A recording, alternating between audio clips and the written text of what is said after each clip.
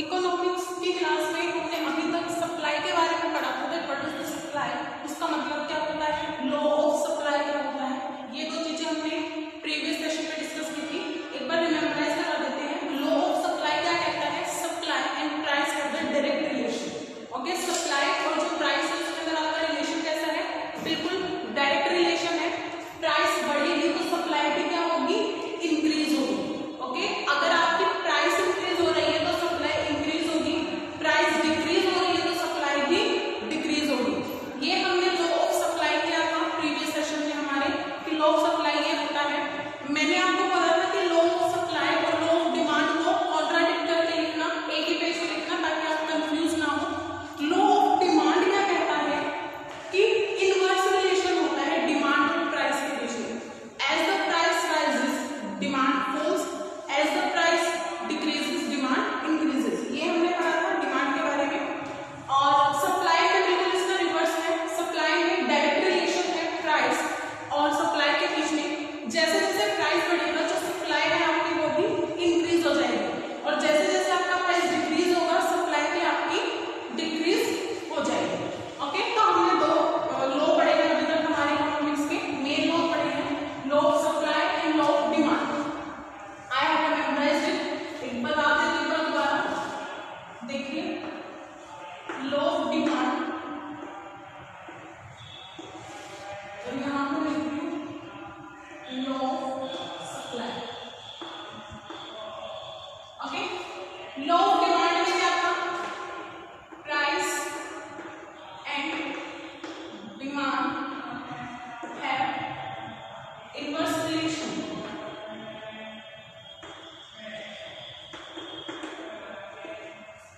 As price increases,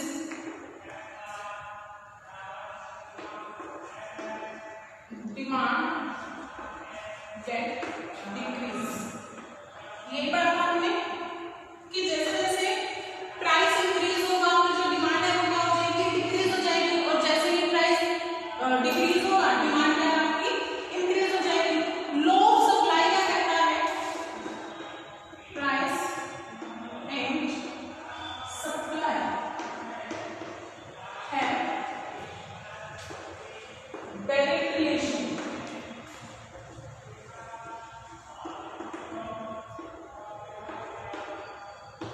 As the price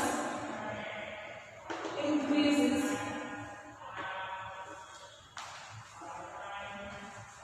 supply also get increase। ठीक है, ये law of demand और law of supply के बीच में बेसिक डिफरेंस होता है कि लॉ ऑफ डिमांड और लॉ ऑफ सप्लाई होता क्या है। और आपको इसी तरीके से इसे नोटबुक में लिखना है ताकि कंफ्यूजन क्रिएट ना हो, मैशअप ना हो जाए दोनों लोग।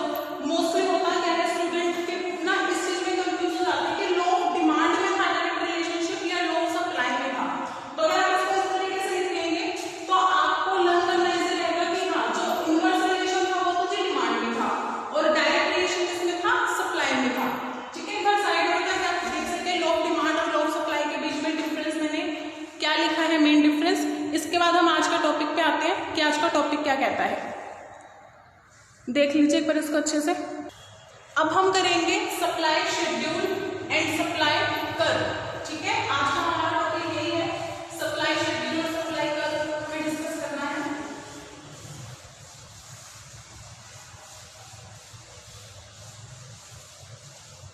देखिए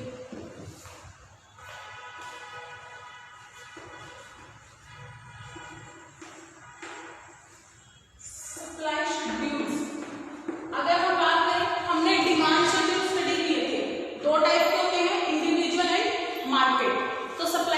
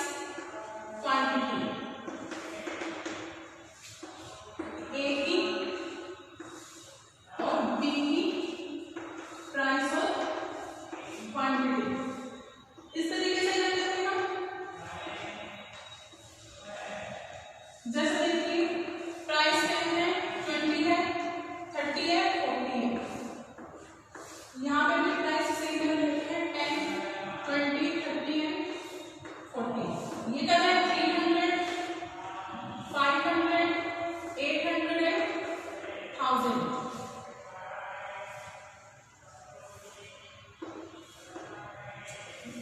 ओके, और ये करना है 600, 700, 1200, 1500। दैट मीन्स जो आपकी प्राइस और क्वांटिटी रहती है, ठीक है, ये आपका इंडिविजुअल सप्लाई शेड्यूल है जिसमें एक मार्केटर की दी जाती है हमें कि वो किस तरीके से मार्केट में अपने सामान को सप्लाई कर रहा है।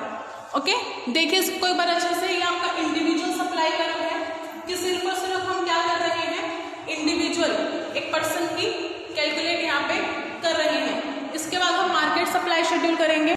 अब देखिए, अब हम मार्केट सप्लाई शेड्यूल करते हैं कि मार्केट सप्लाई शेड्यूल क्या होता है।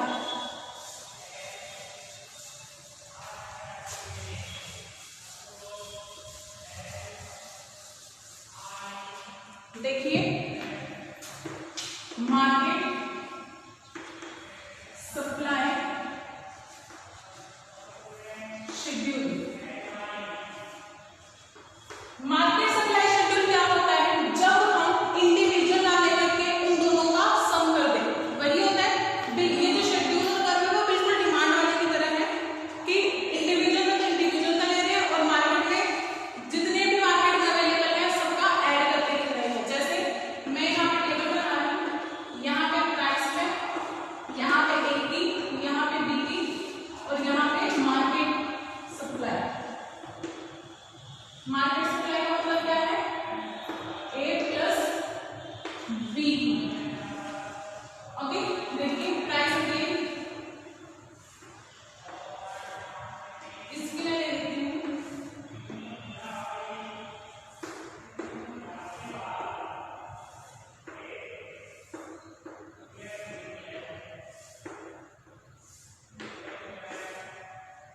ठीक है। अब मार्केट सप्लाई क्या होगी, 10 रुपीज पे 300 प्लस 400 दोनों का सम, दैट मीन्स 700, 1000, 1300 एंड 1600। ओके, एक चीज देखिए यहाँ पे, जैसे जैसे प्राइस इंक्रीज हुआ है ना, सप्लाई भी इंक्रीज हुई, कहीं पे भी डिक्रीज नहीं हुई। जैसे जैसे आपका प्राइस इंक्रीज हुआ है, सप्लाई भी आपकी इंक्रीज हुई है, कहीं पे डिक्रीज नहीं हुई। जबकि डिमांड शेड्यूल में हमने क्या देखा था, अगर प्राइस 5 है तो क्वांटिटी आपकी 500 जा रही है, और अगर प्राइस 20 है तो क्वांटिटी आपकी 0 जा रही है, वो देखा था हमने। बट सप्लाई शेड्यूल में ऐसा कुछ भी नहीं है। जैसे जैसे प्राइस इंक्रीज हो रहा है, आपकी जो क्वांटिटी है सप्लाई की वो भी क्या हो रही है, इंक्रीज हो रही है। और ऐसा क्यों होता है, क्योंकि जो प्रोड्यूसर है या जो सेलर है वो क्या सोचता है कि जब प्राइस ज्यादा है तो सप्लाई में ज्यादा करूं ताकि मुझे प्रॉफिट मिले। ओके, और डिमांड में क्या था, अगर प्राइस ज्यादा है, डिमांड कम है, तो क्या है, वो प्रोड्यूस लेस करते थे। बट सप्लाई में क्या है, इसका बिल्कुल रिवर्स है, क्या कि अगर प्राइस ज्यादा है तो मैं ज्यादा सप्लाई करूं ताकि मुझे प्रॉफिट हो, अगर प्राइस कम है तो मैं कम सप्लाई करूं ताकि मुझे प्रॉफिट मतलब हो, बट मेरा जो कॉस्ट है वो ज्यादा ना बियर करना पड़े मुझे। ओके, तो ये आपके अभी हमने शेड्यूल किए हैं, सप्लाई शेड्यूल दो, एक तो इंडिविजुअल और एक मार्केट शेड्यूल। इंडिविजुअल शेड्यूल क्या था कि सिर्फ A का ही हमें पता हो या सिर्फ B का ही हमें पता हो, और मार्केट सप्लाई शेड्यूल क्या कहता है कि मार्केट में ओवरऑल जितने भी सप्लायर्स हैं उन सब से उस प्राइस में कितनी सप्लाई मार्केट में आ रही है, वो ये हमारी शेड्यूल है। इसके बाद हम सप्लाई कर्व करेंगे कि सप्लाई कर्व क्या होता है। ओके, बिल्कुल डिमांड कर्व की तरह ही होते हैं, एक बार आप इसे अच्छे से देखिए, फिर हम सप्लाई कर्व करेंगे, जो दोनों सप्लाई कर्व होते हैं वो। अब हम सप्लाई कर्व कर रहे हैं कि सप्लाई कर्व क्या होता है, इसको रख कर रही हूं मैं।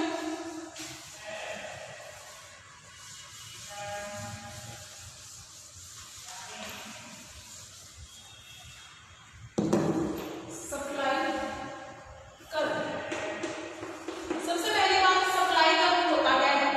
सप्लाई कर्व क्या होता है, जब हम सप्लाई शेड्यूल को ग्राफिकली प्रेजेंट करते हैं, जब हम सप्लाई शेड्यूल को ग्राफिकली प्रेजेंट करते हैं तो वो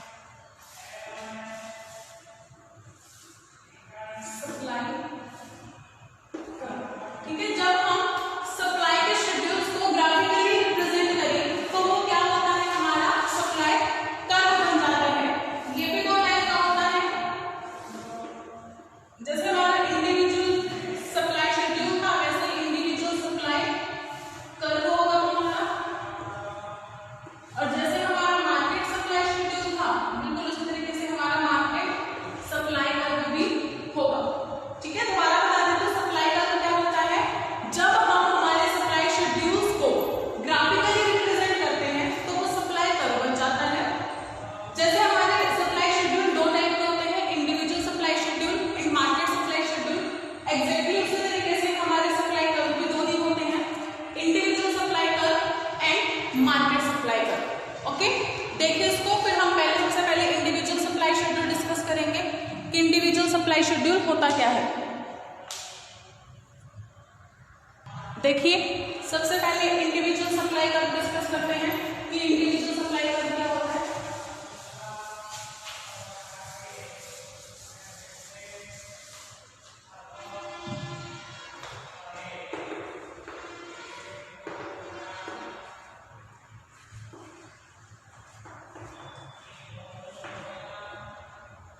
जो क्या करें, इंडिविजुअल जो हुई है मार्केट में सप्लाई उसको रिप्रेजेंट करें। मैं यहाँ पे टेबल बना रही हूँ दोनों की मिक्स, ये ए की और ये बी की।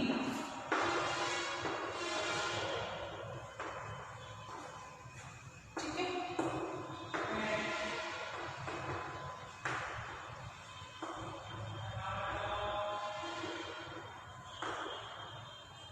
अब हम इस शेड्यूल को ग्राफिकली रिप्रेजेंट करेंगे। जब हम इंडिविजुअल सप्लाई कर्व बना रहे हैं तो हमें ए का अलग बनाना पड़ेगा और बी का अलग बनाना पड़ेगा। तो सबसे पहले हम ए का बनाते हैं। ये आपका ए का है, यहाँ पे सप्लाई की क्वांटिटी और यहाँ पे प्राइस। Okay,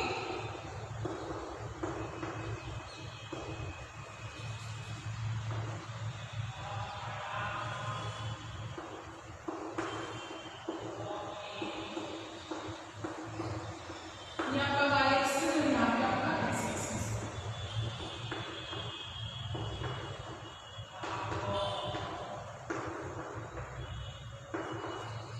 done. अब देखिए जब प्राइस 10 था तो ए ने कौन सी क्वांटिटी मांग करी थी, 300, यहाँ कहीं बीच में होगी। फिर जब प्राइस 40 था तो 400, जब प्राइस 30 था तो 500 और जब प्राइस 40 था तो 600।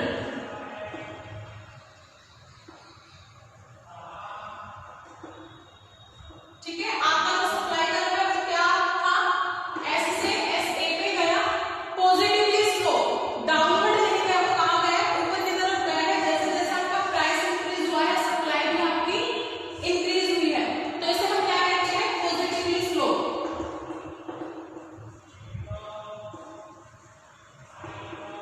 पॉजिटिवली स्लो हो रहा है, पॉजिटिव डायरेक्शन में जा रहा है। जिस तरफ प्राइस इंक्रीज हो रहा है उसी तरफ सप्लाई भी आपकी क्या हो रही है, इंक्रीज हो रही है।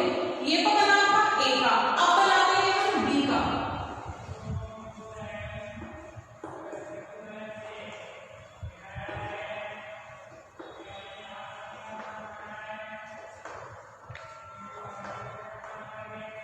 ये बी का है आपका।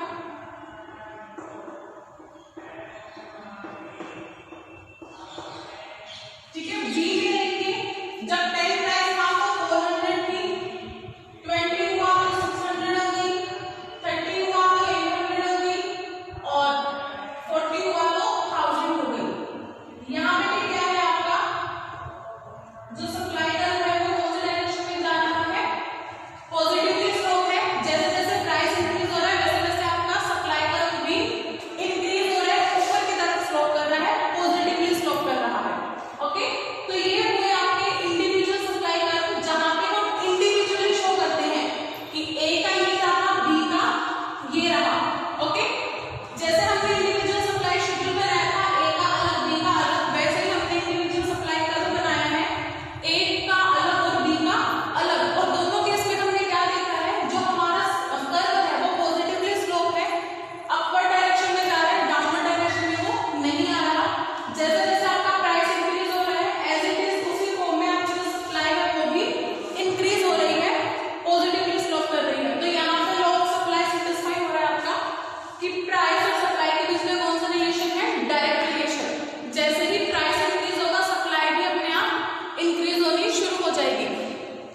देखिए इसको एक बार अच्छे से, ये आपका इंडिविजुअल सप्लाई कर्व है। इसके बाद हम मार्केट सप्लाई कर्व करेंगे कि मार्केट सप्लाई कर्व क्या होता है। देखिए अब हम करेंगे मार्केट सप्लाई कर्व कि मार्केट सप्लाई कर्व क्या होता है। इसको आपने अच्छे से देख लिया, इंडिविजुअल सप्लाई कर्व कौन सा है।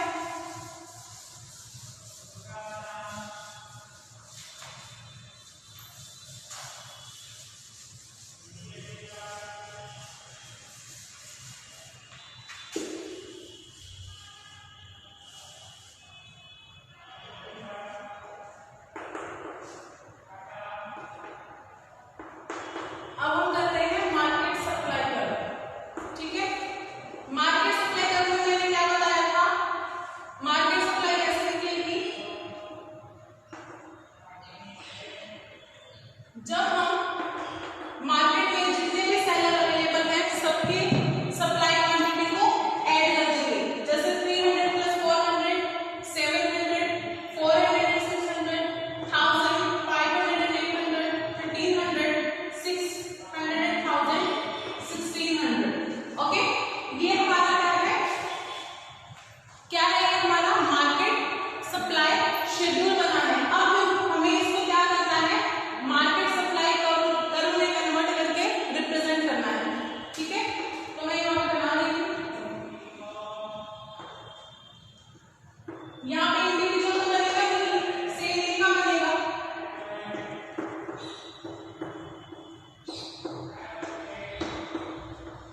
ओके,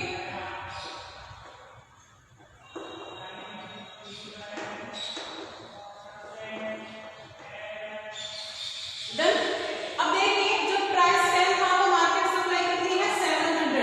दैट मींस इनके बीच में करेंगे, जब प्राइस 20 था तो कितनी है 1000, जब प्राइस 30 है तो 1300, इन दोनों के बीच में 1500 के पास,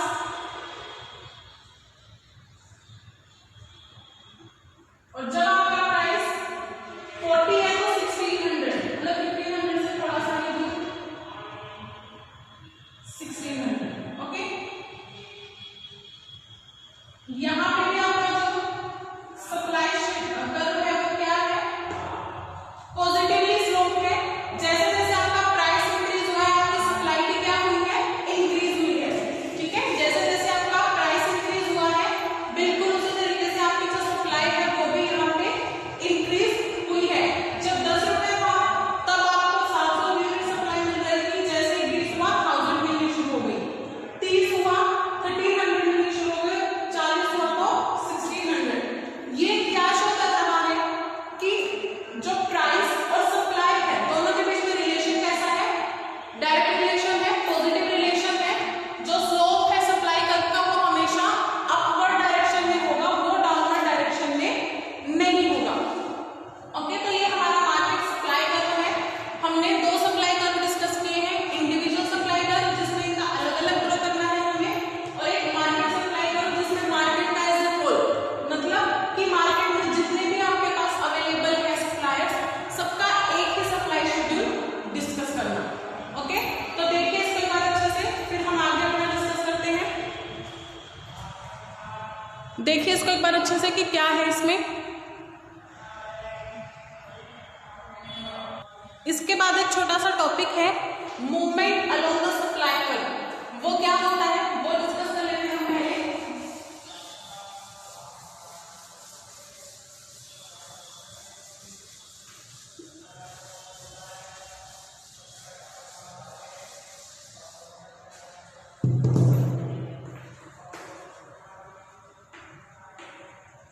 movement along the supply curve, supply curve जो है उसके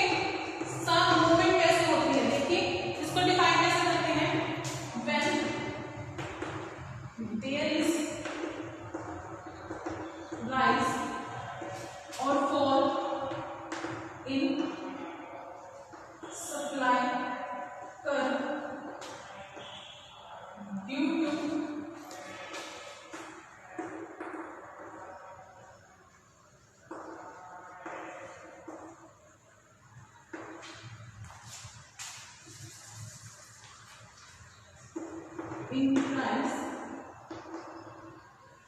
decrease in price, assuming other factors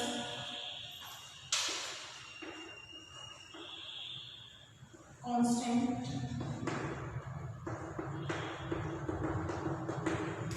it is known as movement along the supply curve.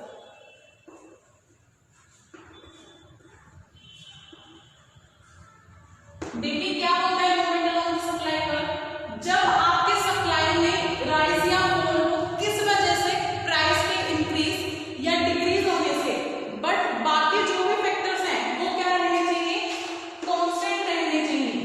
तो उस केस में हम क्या कहते हैं, मूवमेंट हो रही है सप्लाई कर्व में। ठीक है, सप्लाई कर्व में क्या हो रही है, मूवमेंट हो रही है। और ये मूवमेंट दो टाइप से होता है, एक तो चेंज इन क्वांटिटी, क्वांटिटी में चेंज हो जाए, या फिर शिफ्टिंग हो जाए। ठीक है, या तो चेंज होता है या शिफ्टिंग होती है। पहले हम चेंज की बात करेंगे और उसके बाद हम शिफ्टिंग की बात करेंगे कि शिफ्ट कैसे करता है, एक जगह से दूसरी जगह शिफ्ट कैसे होता है। डन। देखिए सबसे पहले मूवमेंट क्या होता है, पहले इसी की डेफिनेशन मैंने आपको बताई है कि होता क्या है। इसके बाद हम करेंगे कि चेंज, पहले करेंगे चेंज फिर करेंगे शिफ्ट, कि शिफ्टिंग कैसे होती है। देखिए सबसे पहले करते हैं चेंज, कि चेंज कैसे होता है। इसको रख करती हूं मैं।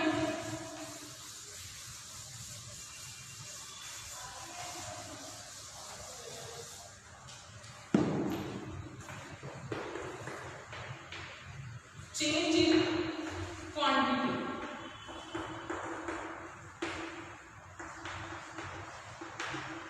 सप्लाई दो तरीके से होती है ये, एक तो होता है कॉन्ट्रैक्शन, एक होता है एक्सटेंशन। ओके, देखिए ये मैंने आपका सप्लाई का ड्रॉ किया है, सप्लाई का ड्रॉ किया।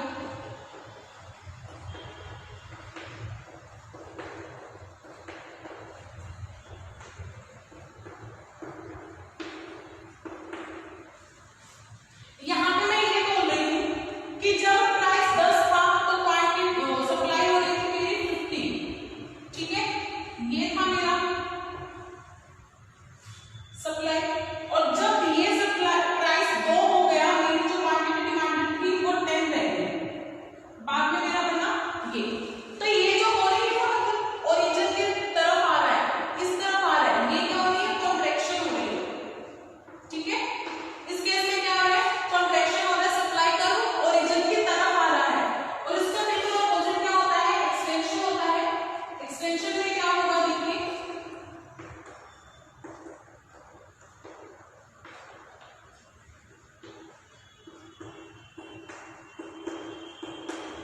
जब आपकी प्राइस कौन था, आपसे क्वांटिटी ली जा रही थी 20। ओके, ये था आपका प्राइस 10 हुआ, आपकी सप्लाई कितनी हो गई 50। इस केस में क्या हो रहा है, एक्सटेंशन हो रहा है, इस तरफ हम जा रहे हैं ओरिजिन में अपोजिट साइड, तो क्या हो रहा है, एक्सटेंशन हो रहा है। शॉर्ट फॉर्म में क्या कह सकते हैं, जब supply curve towards the origin आता है तो कॉन्ट्रैक्शन होता है, और जब supply curve opposite the origin जाता है तब एक्सटेंशन होता है। हम यहाँ पे पॉइंट के नेम में देते हैं। दोबारा बता दूं, जब आपकी सप्लाई कर्व पॉइंट ए से पॉइंट बी की तरफ जाएगा तब तो कॉन्ट्रैक्शन होगा, और जब आपका सप्लाई कर्व पॉइंट बी से पॉइंट ए की तरफ जाएगा तो क्या होगा, एक्सटेंशन होगा। ठीक है, ये बिल्कुल डिमांड वाला है कि एक्सटेंशन ऑफ डिमांड और कॉन्ट्रैक्शन ऑफ डिमांड, ये भी बिल्कुल उसी तरीके से है, बट एक्सटेंशन ऑफ डिमांड थी जहां पे कॉन्ट्रैक्शन ऑफ सप्लाई है, ये थोड़ा रिवर्स रहता है। ठीक है, तो हाल फिलहाल आप ये देखिए, जब आप कोई ए से बी की तरफ आएंगे तब तो कॉन्ट्रैक्शन होगा, और जब आप बी से ए की तरफ जाएंगे तो एक्सटेंशन होगा। ठीक है, ये तो रहा आपका चेंज के बेसिस पे। इसके बाद होता है शिफ्टिंग, कि सप्लाई कर्व की शिफ्टिंग होती है। अब हम वो डिस्कस करेंगे कि सप्लाई कर्व की शिफ्टिंग कैसे होती है। अब देखिए शिफ्टिंग का क्या रहता है, शिफ्ट होता है सप्लाई में,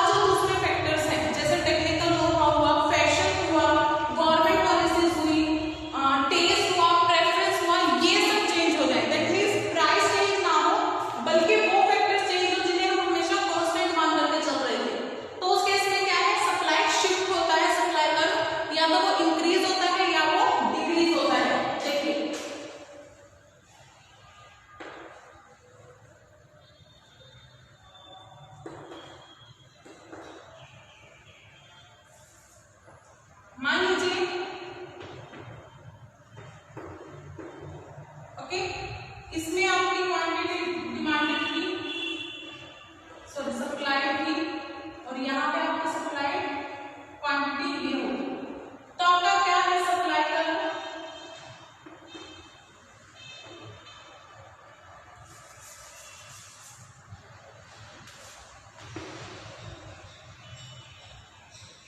इंक्रीज हो रहा है, किस तरफ जा रहा है, ओरिजिन के अपोजिट साइड, मतलब आपका जो सप्लाई कर्व है वो एस से S1 की तरफ शिफ्ट कर रहा है, तो आपकी इंक्रीज शिफ्टिंग है ये।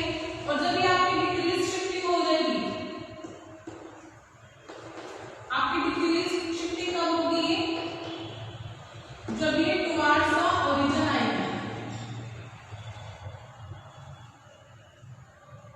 कि पहले आपका ये था सप्लाई शेड्यूल और अब क्या है आपका सप्लाई शेड्यूल ये हो गया, क्या है आप ओरिजिन की तरफ आ रहे हैं, तो ये डिक्रीज शिफ्टिंग है।